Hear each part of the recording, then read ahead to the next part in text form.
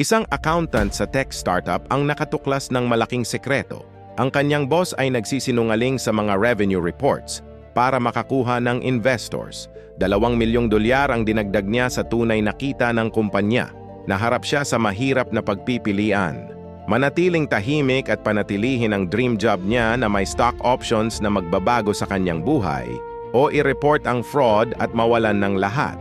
Ilang gabi siyang hindi nakatulog. Ang pamilya niya ay nagsabing huwag makialam, pero nagdesisyon siyang gumawa ng dokumentasyon at mag-report sa SEC.